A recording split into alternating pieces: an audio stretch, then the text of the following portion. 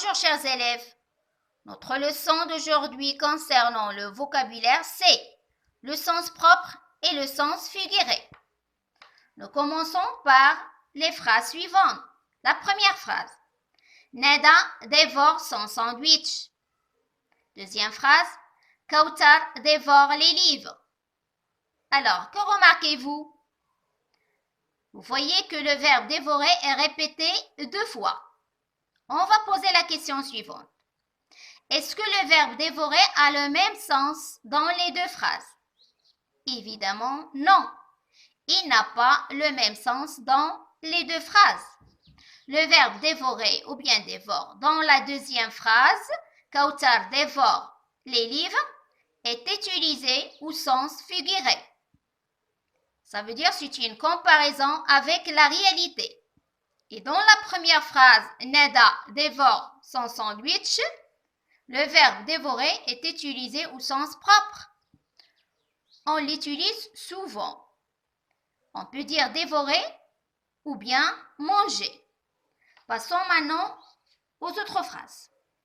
Kamel n'est pas dans son assiette car il a raté le train qui devait le mener en colonie de vacances. On peut dire n'est pas dans son assiette, une personne qui n'est pas dans son assiette, tout ce qui a une relation avec son état ou bien son esprit. Il n'a pas l'esprit stable, on peut dire il est fort instable ou bien inconstant. La phrase suivante. Kamel est resté pensif devant son assiette de crudité. Nous voyons aussi que le mot assiette est répété 2 fois dans les 2 phrases. Et bien sûr, il a un sens différent dans chaque phrase. La question, est-ce que le mot assiette a le même sens dans les 2 phrases? La réponse c'est non, il n'a pas le même sens dans les 2 phrases.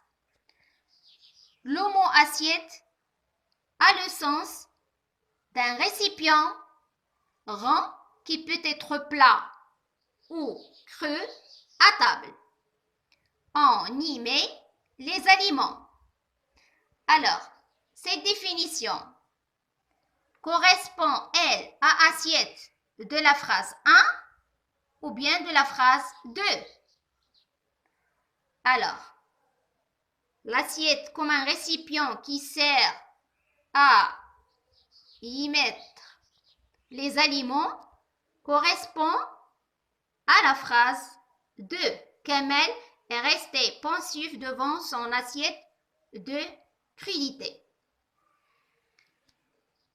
Alors le sens employé du mot assiette est un sens propre dans cette phrase. Kamel est resté pensif devant son assiette de crudité. Cette phrase, le mot assiette a un sens propre. Kamel n'est pas dans son assiette. Le sens employé du mot assiette est un sens figuré. Pour conclure, on peut dire, dans le dictionnaire, on trouve qu'un mot a plusieurs sens et les différentes définitions sont numérotées. On a déjà vu ça. Les mots peuvent être employés au sens propre ou au sens figuré. C'est le contexte qui permet de comprendre ou de repérer le sens utilisé. Le sens propre est celui qu'on utilise habituellement. C'est le plus simple, le plus courant.